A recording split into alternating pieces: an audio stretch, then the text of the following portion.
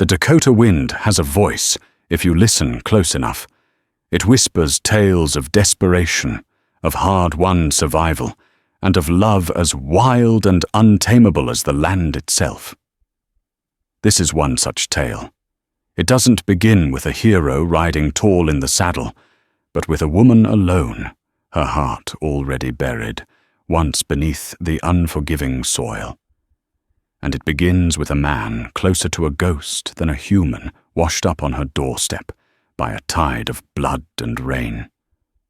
She would offer him mercy shelter and her heart, never knowing that the life she was saving was not his, to give, for it already belonged to a nation.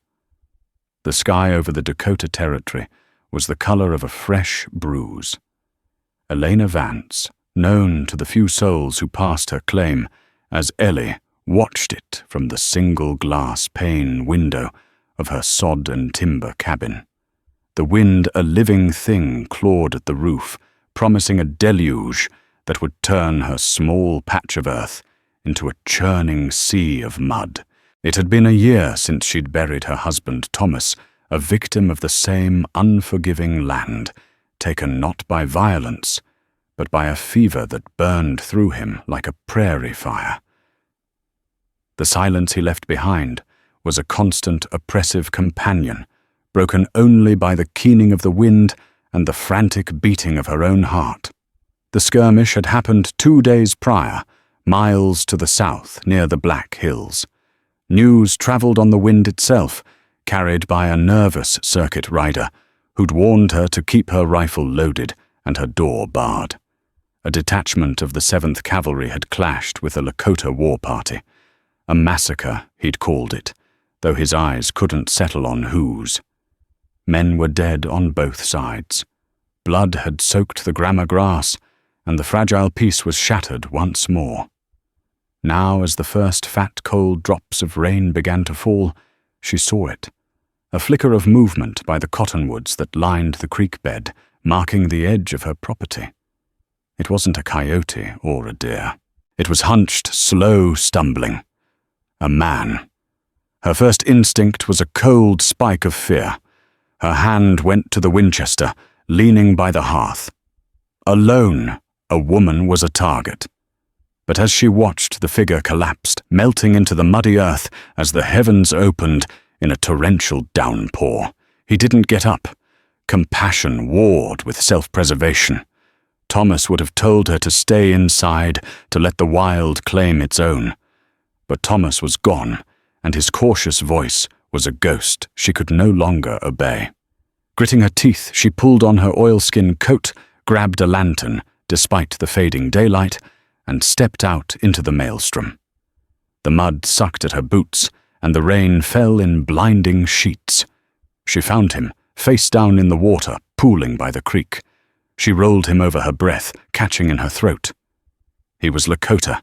His face, though streaked with mud and blood, was etched with high cheekbones and a strong jaw.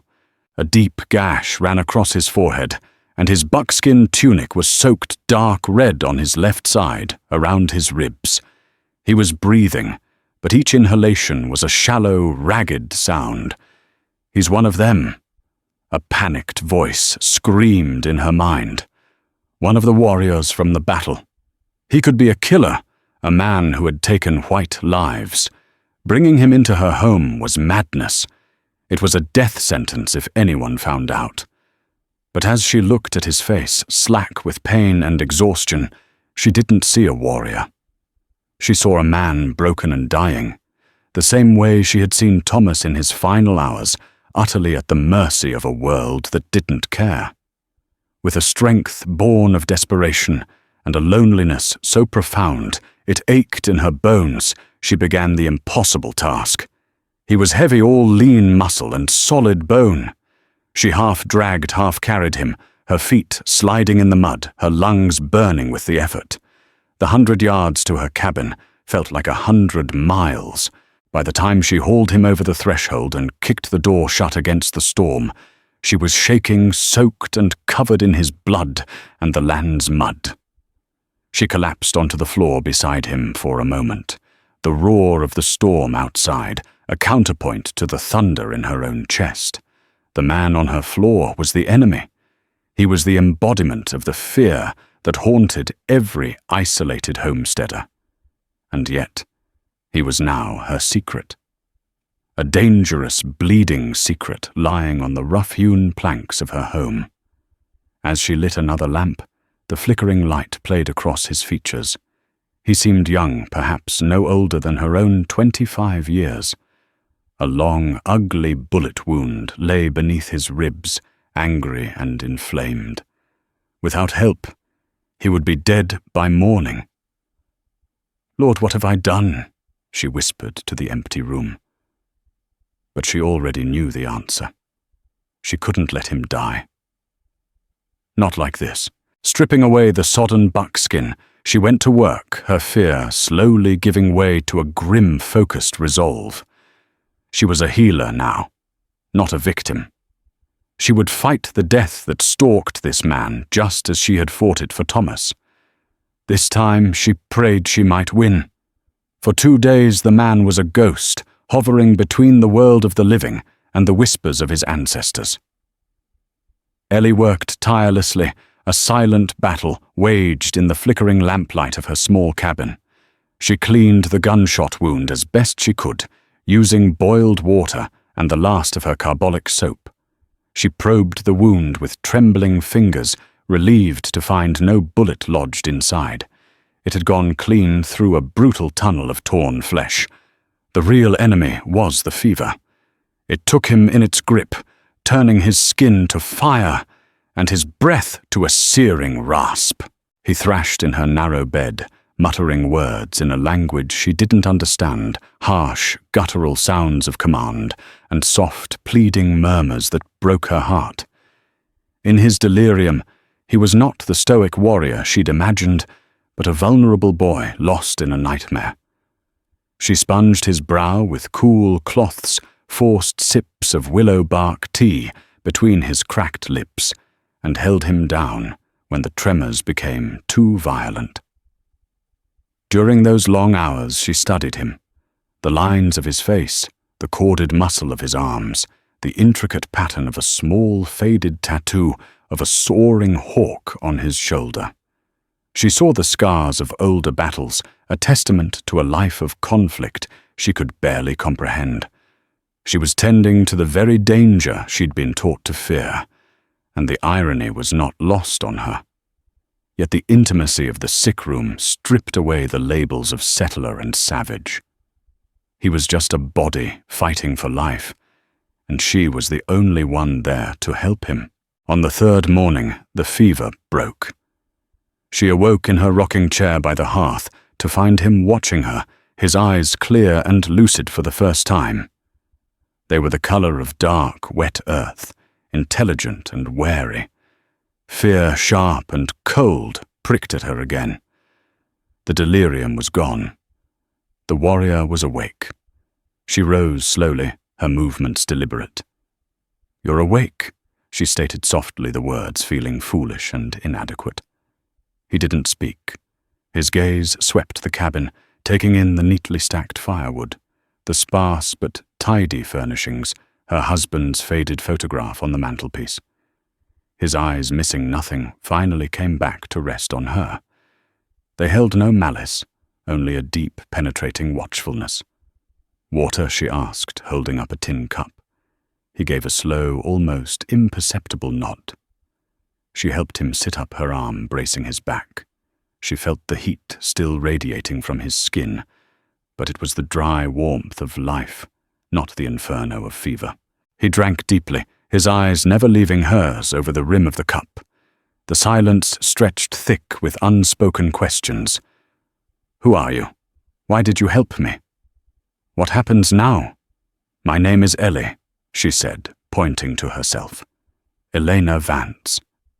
He looked at her, then gave another slight nod, a silent acknowledgement. He gestured to himself, his voice a dry, unused croak. "Caleb." The name surprised her. It was a simple biblical name, common enough on the frontier. It wasn't the name she had expected. Perhaps he had spent time at a mission, or traded with whites long enough to adopt a name they could pronounce. It was a bridge, a small offering across the chasm that separated their worlds. It made him less of a threat, more of a man. The days that followed were a slow, careful dance of building trust. Communication was a patchwork of gestures, single words, and shared understanding. He learned stew wood and blanket.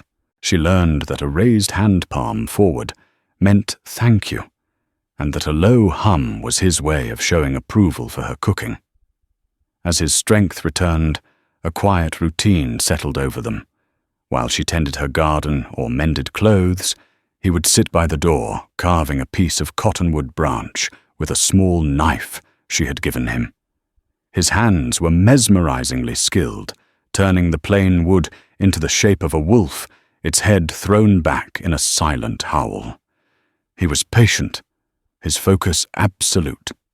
One afternoon she was struggling to rehang the heavy cabin door which had come loose from a rusted hinge. She grunted with the effort the door slipping from her grasp. Before it could crash to the floor, Caleb was there. He moved with a startling fluid grace, despite the thick bandage around his torso. He took the weight of the door with one arm, his muscles bunching, and with his other hand guided the hinge pin back into its housing with a firm, precise push. He stood back, looking at her. For the first time, she saw the ghost of a smile touch his lips. It transformed his face, easing the stern lines, and revealing a warmth in his dark eyes that made her stomach flutter. "Thank you, Caleb." She breathed, her voice a little unsteady. He simply nodded that familiar, stoic gesture. But in that moment, something shifted. He was no longer just her patient, a secret she was keeping. He was a partner in the small, daily struggle of survival. In the profound quiet of the prairie, they were two people in a single cabin, and the worlds they came from had begun to feel very far away. The fragile bubble of their existence was peaceful, but Ellie knew, with a growing dread, that it was a peace that could not last. The world outside, with its hatreds and its histories, was still waiting. The fragile peace inside the cabin was a stark contrast to the growing tension beyond its walls.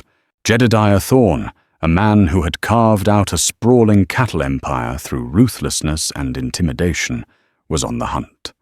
His ranch, the Triple T, bordered Lakota lands, and he viewed the tribe as little more than vermin to be exterminated. It was Thorne's men who had accompanied the cavalry eager for the fight, and it was Thorne who had lost a prized foreman in the skirmish. He wanted blood for blood. More than that, he wanted an excuse to push his fences further, to claim the rich grazing lands by the river that the treaty had promised to the Lakota. Whispers of a high-value warrior who had escaped the battle, wounded but alive, had hardened into a certainty for Thorne. He was convinced this survivor was hiding somewhere on the plains, and he offered a handsome bounty for any information. His ranch hands men, as coarse and unforgiving as their boss, rode in wide circles, harassing the few isolated homesteaders and questioning anyone they came across. One blistering afternoon, Ellie was weeding her meager vegetable patch when she heard the telltale sound of multiple horses. Her heart leapt into her throat. Caleb was inside, resting. "Stay down," she hissed through the open doorway, her voice sharp with urgency. "Do not make a sound." She saw his understanding in a flicker of his dark eyes before he moved away from the window, melting into the shadows of the cabin's interior. Ellie straightened up, forcing a neutral expression onto her face as 3 riders crested the small rise near her claim. Jedediah Thorne was in the lead, a bull of a man with a sun-scorched face and pale, cold eyes.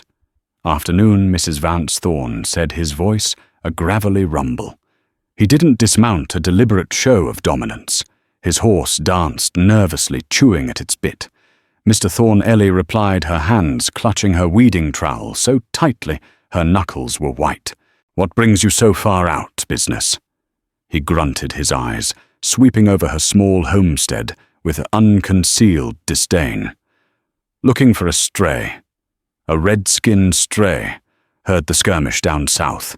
We clipped a few of their wings, but one of the fighting cocks got away. Wounded.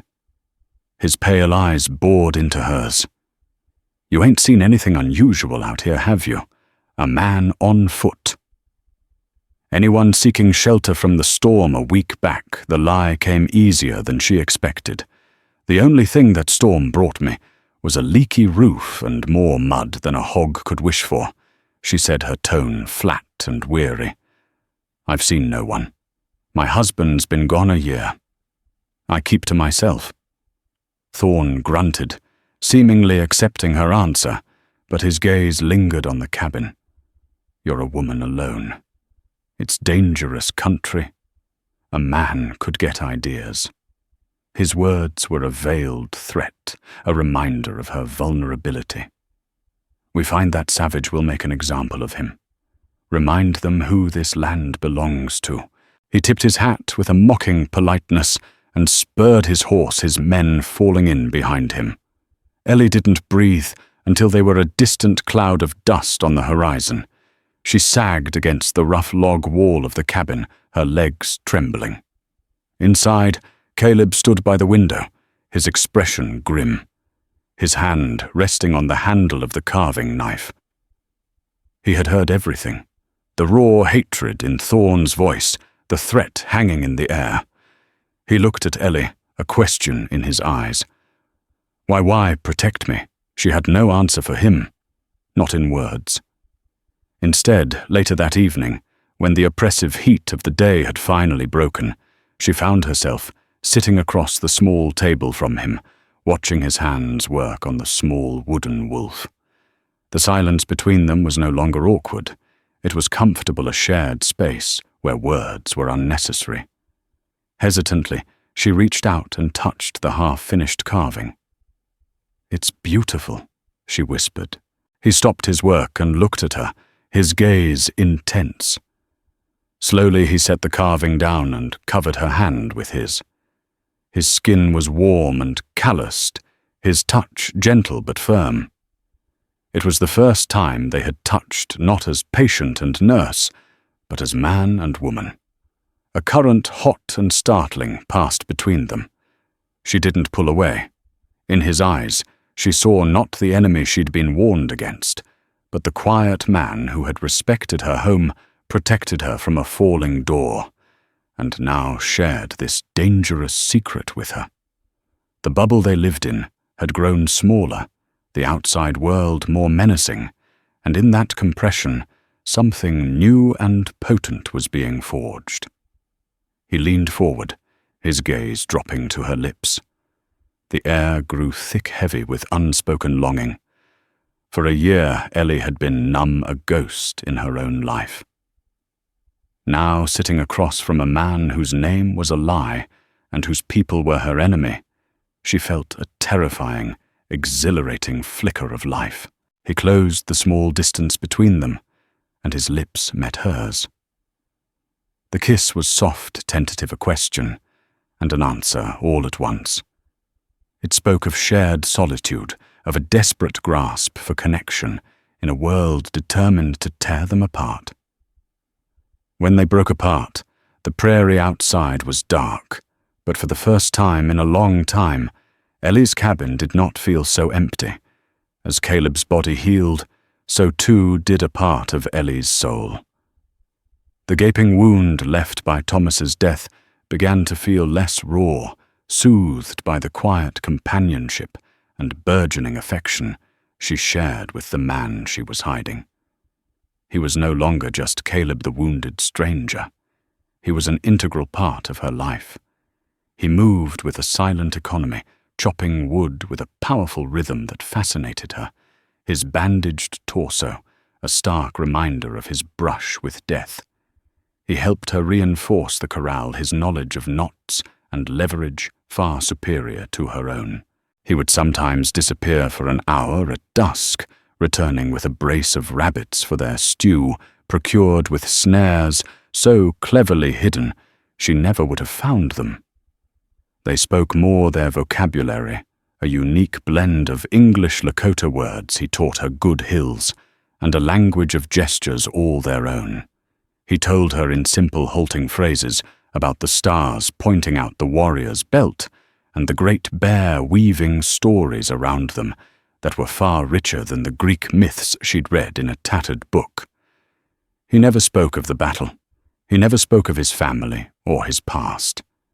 Caleb was a man who seemed to exist only in the present within the small sphere of her homestead. Their love grew in the spaces between words, in shared glances, across the dinner table, in the way he would gently take a heavy bucket from her hands, in the nights they now spent together in her narrow bed. In his arms, Ellie felt a sense of safety and belonging she thought had been buried forever with Thomas. This was different. Thomas had been her calm harbor. Caleb was a wild, unknown current, and she was letting herself be carried away. By it, consequences be damned. The illusion was shattered on a cool, sun-drenched morning. Ellie had gone to the creek to fetch water, leaving Caleb to plane a warped board for a new shelf. As she returned, cresting the small ridge that overlooked the cabin, she saw him. He was standing by the cottonwoods, not alone. A second man was with him, another Lakota warrior. He was tall and lean, his face a mask of stern urgency. He carried a bow and had a rifle slung across his back. They were speaking intensely, their voices too low to carry, but their body language was electric with tension. Her Caleb looked different. The quiet homesteader was gone. In his place stood a man of authority, his posture straight and proud, the easy grace replaced by a coiled, formidable energy. Ellie froze, hiding behind a thicket of wild plums, her heart hammered against her ribs. Who was this other man? How had he found them? The stranger gestured forcefully to the east, then swept his arm south towards the Black Hills. He spoke Caleb's name, but it wasn't Caleb. The name that cut through the clear morning air was sharp, resonant. Hoka. The man spoke again, his Lakota words now clear and desperate in the still air. Hoka, your father's child and your family's child. Black Moon is dying. Your people need you. Ellie didn't understand the words, but she understood the tone. It was a plea, a summons. She saw Caleb no Hoka close his eyes, his face a canvas of profound pain. The stranger clasped his shoulder, a gesture of both brotherhood and command. Hoka. The name felt alien, wrong. Her Caleb was a man without a past, a man who belonged here with her. This Hoka was someone else, entirely. A warrior. A leader. The stranger, after a final intense exchange, seemed to melt back into the prairie, disappearing as silently as he had arrived. Hoka stood alone for a long time, his back to the cabin, his shoulders bowed, as if under an immense invisible weight. When he finally turned and saw her standing there, the pail of water hanging forgotten from her hand, his face was stripped bare of all pretense. The gentle man she loved was gone, and in his place was a tormented stranger. She saw it all in his eyes, the terrible burden of his secret, the agony of his choice, and the devastating knowledge that the perfect, fragile world they had built together was about to be torn apart. She didn't know who Black Moon was. She didn't know what Hoka meant, but she knew with a certainty that chilled her to the bone that the man she had fallen in love with was not a simple man named Caleb. He was someone far more important, and his ghost life in her cabin was over. The visit from the stranger Kangji shattered the idyllic peace of the homestead. Hoka, she couldn't bring herself to think of him as Caleb anymore, became a phantom in her home. He was physically present, but his spirit was miles away, wrestling with the summons he had received. The easy smiles vanished, replaced by a grim, brooding silence. He would stand for hours at the window, staring out at the rolling hills as if they were a cage. Ellie's heart ached with confusion and a growing sense of dread. She tried to reach him to break through the wall he had erected. "Who was that man, Caleb?" she asked one evening, her voice small in the tense quiet. He turned from the window, his eyes dark with a pain she couldn't comprehend. "A ghost," he answered, his voice rough, "from another life." The evasion was a knife to her heart. He wouldn't let her in. The trust they had so carefully built was crumbling into dust. She began to feel foolish, a naive woman who had taken a viper to her breast, mistaking it for a wounded dove. Did he ever care for her, or was she just a convenience, a place to heal before returning to his real life? The uncertainty was a poison, souring every shared memory. The unraveling came with the violence that had always simmered just beyond their doorstep. Jedediah Thorne had not been idle. He had pieced together scraps of information, a missing brave from the battle, the Vance woman's reclusive behavior, a ranch hand sighting of a strange shadow moving near her property at night. It was enough. Driven by greed and a festering hatred, he decided to confirm his suspicions himself. He arrived at dusk not with a polite knock, but with the splintering crash of the cabin door being kicked in. Thorne stood on the threshold, flanked by two of his most brutal men, a sneer twisting his lips and a Colt peacemaker heavy in his hand. Well, Mrs. Vance," he drawled, his eyes glinting in the lamplight. "Looks like you've been entertaining.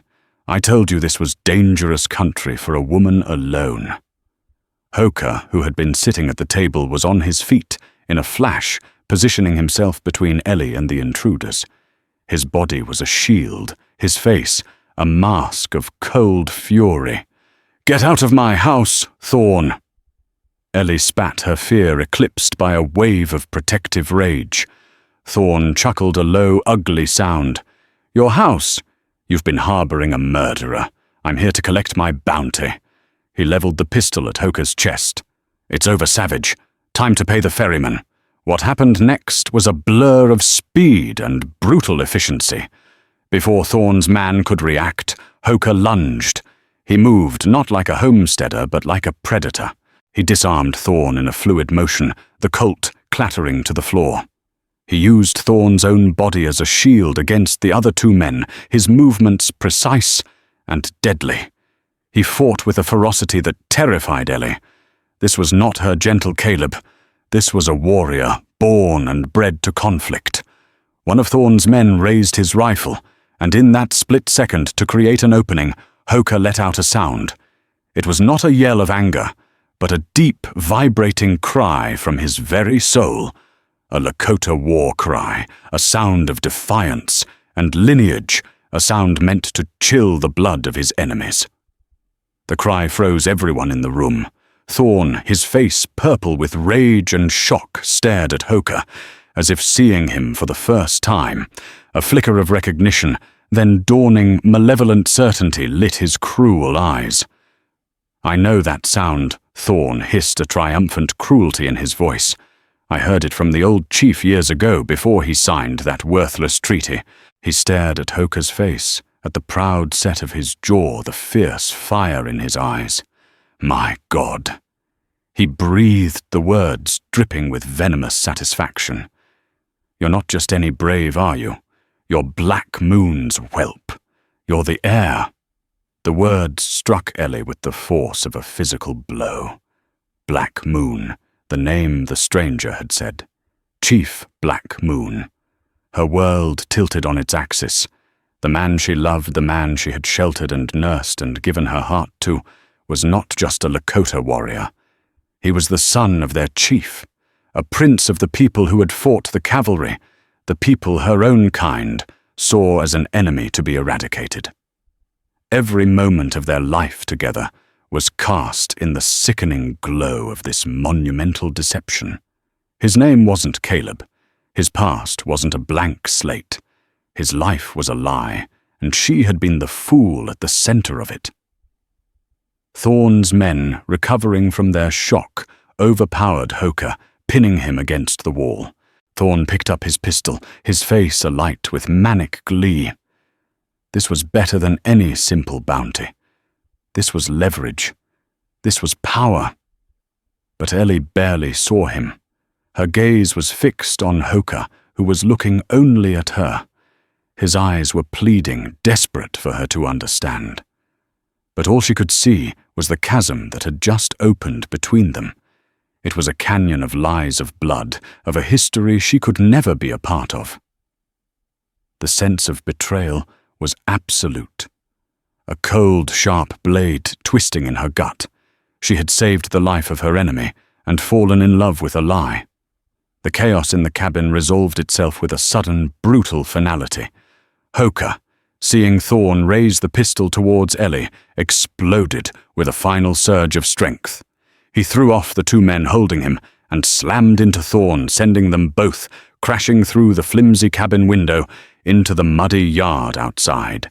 In the confusion, Hoka scrambled to his feet and vanished into the enveloping darkness, the shouts and curses of Thorne's men chasing after him. Thorne, enraged and bleeding from a cut on his cheek, knew it was futile to pursue a Lakota warrior on his own terrain at night. He turned his fury on Ellie. "You'll pay for this, woman," he snarled, pointing a trembling finger at her. "When the army finds out you've been hiding the heir to Black Moon's throne, they'll burn this place to the ground with you in it." He and his men mounted up and rode off their threats, lingering like poison in the night air. The silence that descended was heavier and more suffocating than any before. The cabin was a wreck, the door broken, the window shattered, the air thick with the smell of sweat and violence. But it was Ellie's heart that was in the most pieces. The betrayal was a physical ache, a hollow space where trust and love had once been. An hour later, he returned. Hoka slipped back into the cabin like a shadow, his face etched with desperation. "Ellie," he began, his voice raspy. Don't she cut him off, her own voice, cold and brittle. She couldn't look at him. "Don't say anything. Was any of it real, or was I just a convenient place to hide? It was all real," he said, his voice raw with sincerity. "Ellie, please. To tell you who I was, it would have put you in more danger. My father, Black Moon, he sought peace. But men like Thorne, they see peace as weakness. I was tired of the fighting. When I came here, when I was with you, I thought perhaps I could have a different life. A life without a title, without the weight of my people's future. A life built on a lie," she whispered, finally looking at him. "You are Hoka, son of the chief. Your world is one of battles and blood. My husband. The fever that took him came from a cavalry outpost. An outpost that was only there because of the fighting between your people and mine. We are on opposite sides of a war, whether you want to be or not." Every word was a nail in the coffin of what they'd had. He saw the finality in her eyes, the unbreachable wall of her hurt. He knew he could not stay. He had brought nothing but danger to her doorstep, and his duty, which he had tried to flee, was now inescapable. "I am sorry, Elena," he said, using her full name for the first and last time. The formality was a sign of the new distance between them. He reached out as if to touch her, but let his hand fall. He turned and walked to the door, pausing on the threshold. "You have a strong heart. Do not let them break it." And then he was gone, swallowed by the night. Ellie sank to the floor, the sobs she had been holding back, finally breaking free, racking her entire body. She was alone again, but this time the loneliness was sharper, filled with the ghosts of what might have been. The only thing he left behind was the small, intricately carved wooden wolf sitting forgotten on the table. Meanwhile, Hoka ran through the night, his heart a stone in his chest. The love he felt for Ellie was a fire, but the call of his people was the rushing river that would extinguish it. He found Kangi's trail and followed it, traveling for 2 days without rest. He arrived at the hidden winter camp of his people to find them in turmoil. His father, Chief Black Moon, was on his deathbed, his body frail but his eyes still sharp.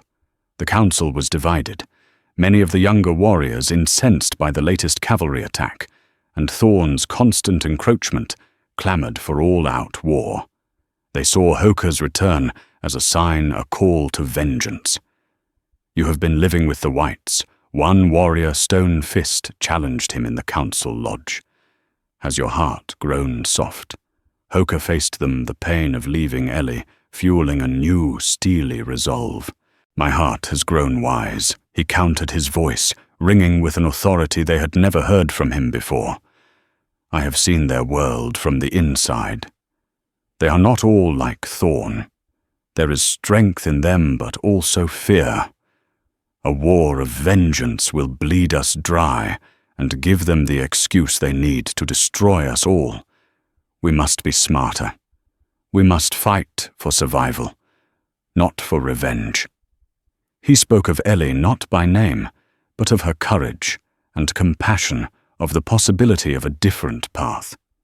He spoke of a strength that was not just about fighting, but about enduring, about protecting their future. His words, forged in the crucible of his impossible love and loss, began to sway the elders. His father, hearing the report, gave a weak but approving nod.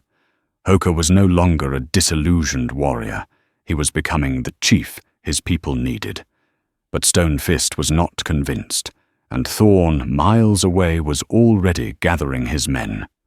Convinced the army was too slow, he was going to wipe out Black Moon's camp himself and claim their land once and for all.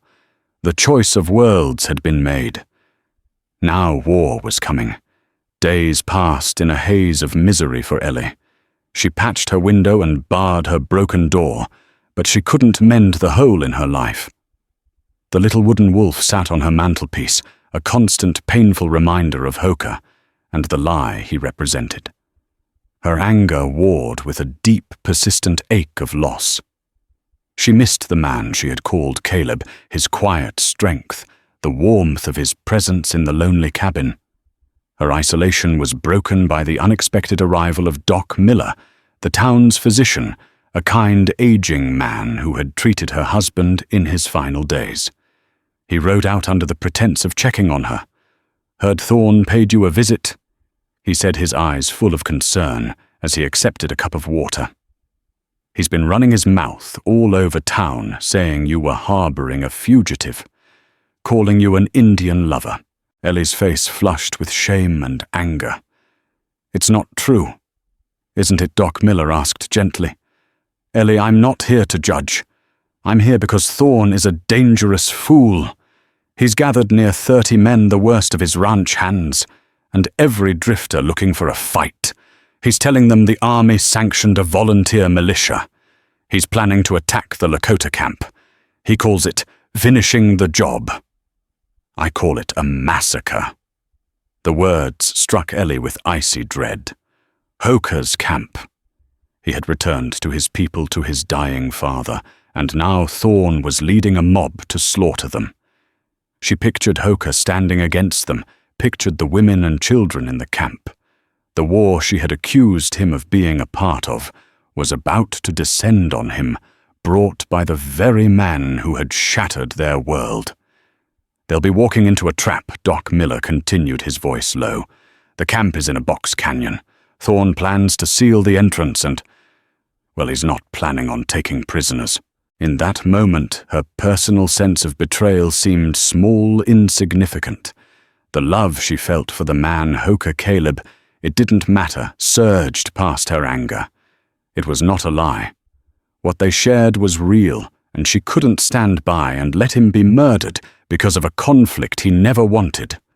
Her heart, the one he had told her not to let them break, made its choice. "I have to warn him," she said, her voice filled with a resolve that surprised them both. "Ellie, that's suicide," the doctor protested. "If Thorne's men catch you, then they catch me," she said, her jaw set. Which way is the camp? Riding her sturdiest horse, she pushed through the night, Doc Miller's rough directions her only guide. It was a terrifying journey through hostile territory. Every shadow seemed to hold one of Thorne's men. Every gust of wind sounded like a pursuit. But her fear for Hoka was greater than her fear for herself. She found the entrance to the canyon just as the first hints of dawn painted the eastern sky grey. Lakota sentries, their faces grim, appeared from the rocks, their arrows trained on her.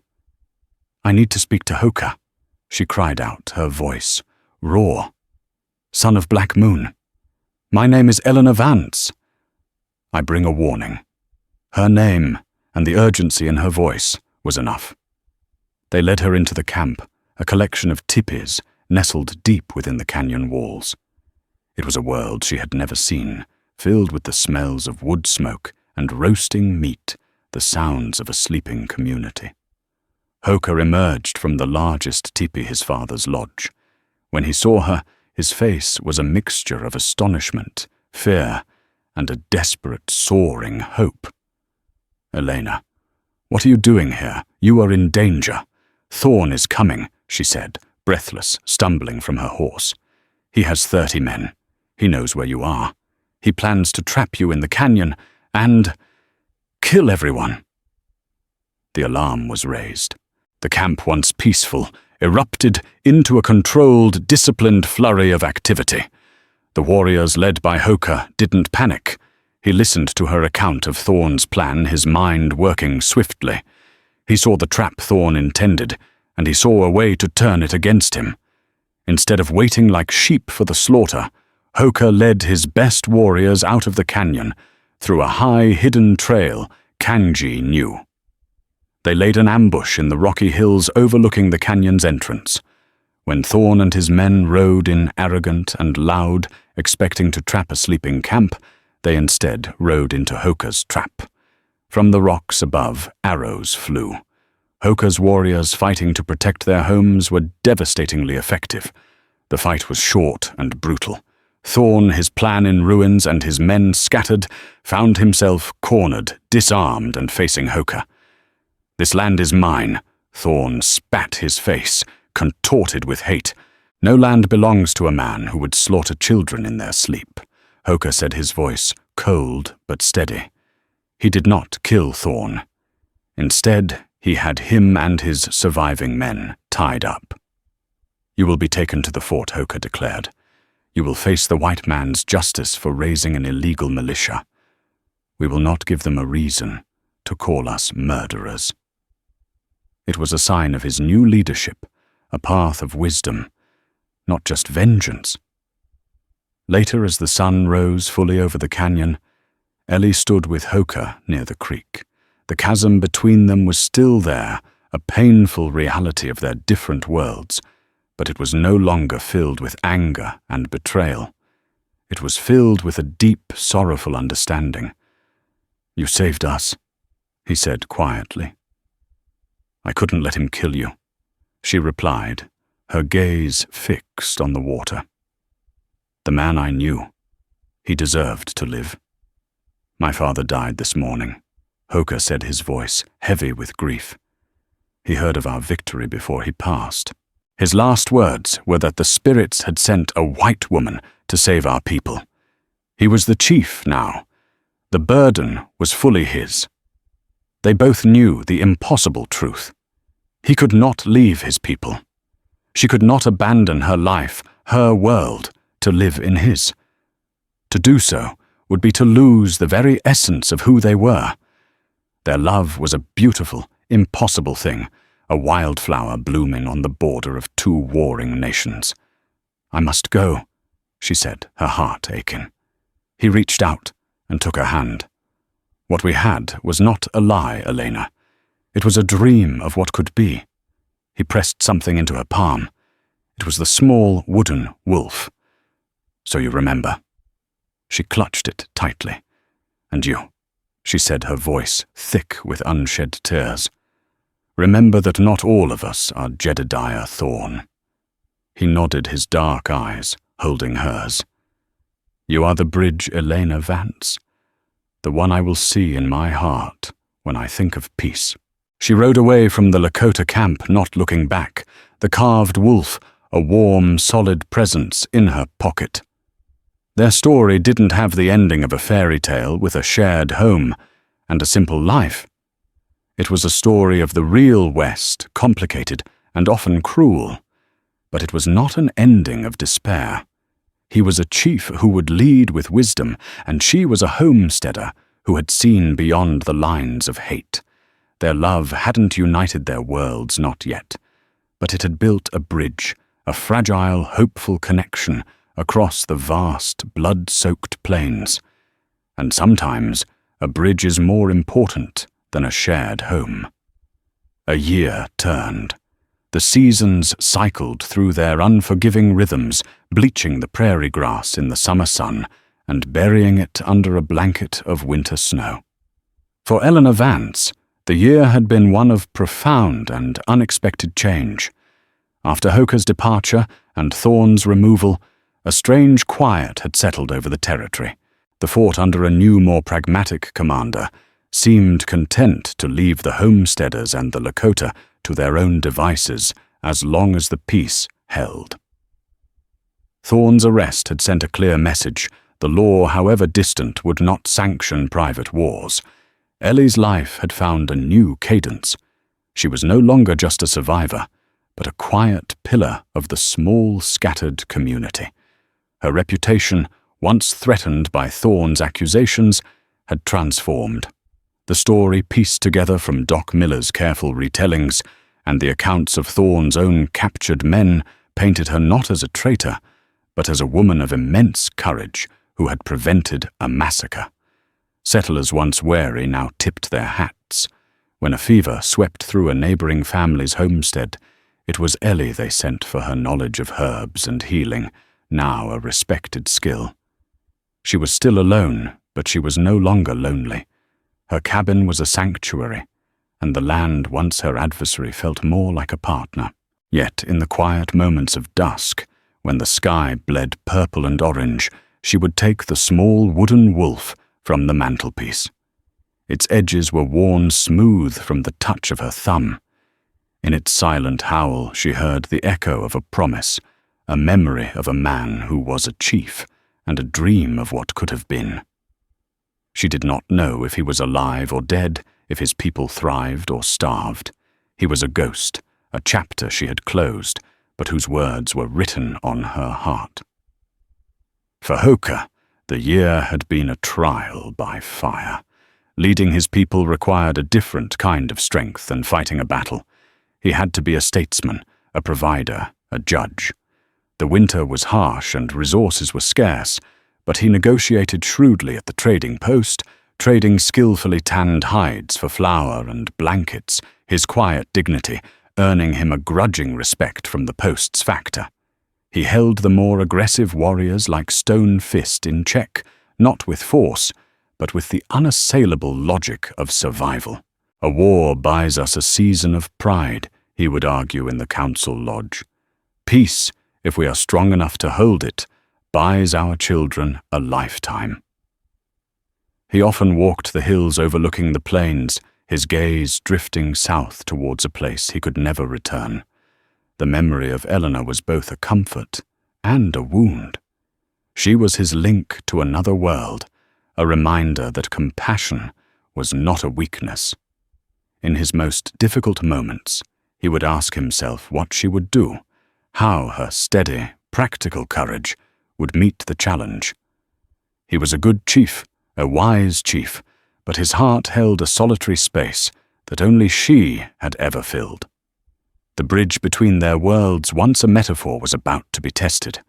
As the first chill of the second autumn settled, a sickness came to Hoker's camp. It was not a familiar ailment their medicine woman could combat with her traditional remedies. It began with a cough, then a raging fever, followed by a cruel rash. It struck the youngest and the oldest first, a thief in the night that stole the breath from their children.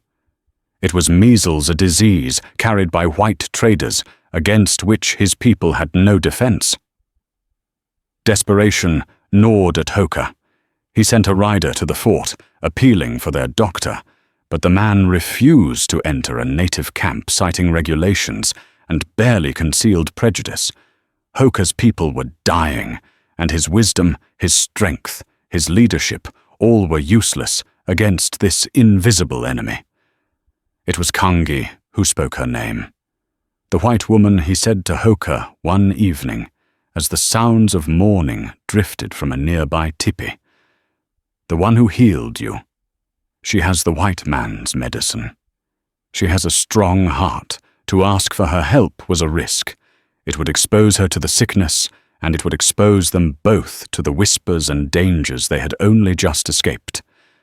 But to watch his people, his children, perish was unthinkable. His duty as chief was clear. It was no longer a choice between his heart and his people. His heart's wisest memory was now his people's only hope. He sent Kangi, not as a secret scout, but as an official emissary. Kangi rode to Ellie's homestead, a white cloth of truce tied to the spear he carried. He found her tending her garden, pulling the last of the season's carrots from the soil.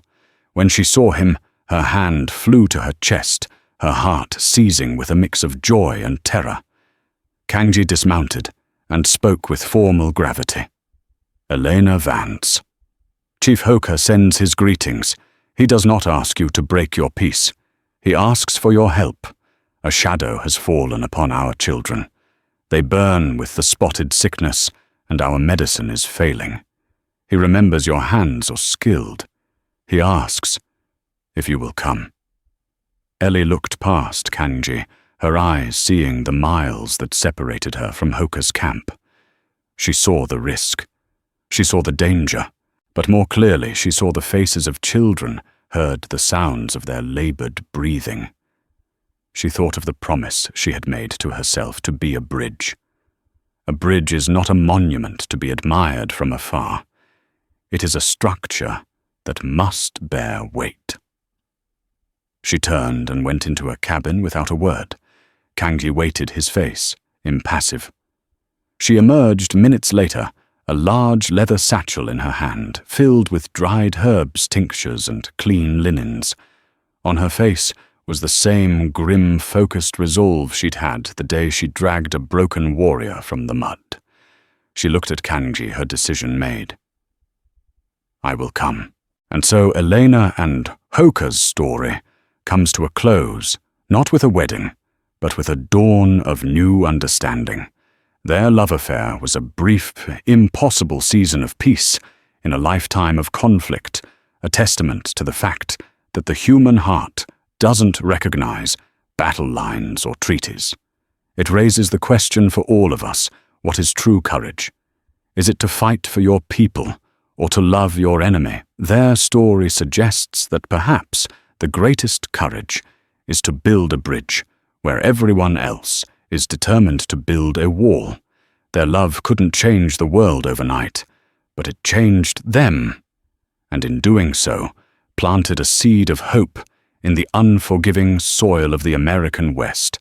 If this story of love, duty, and impossible choices resonated with you, please show your support. Hit that like button, share it with someone who appreciates a tale with real heart, and most importantly, subscribe to the channel for more stories from the untamed frontier. What would you have done in Ellie's place? Let me know in the comments below.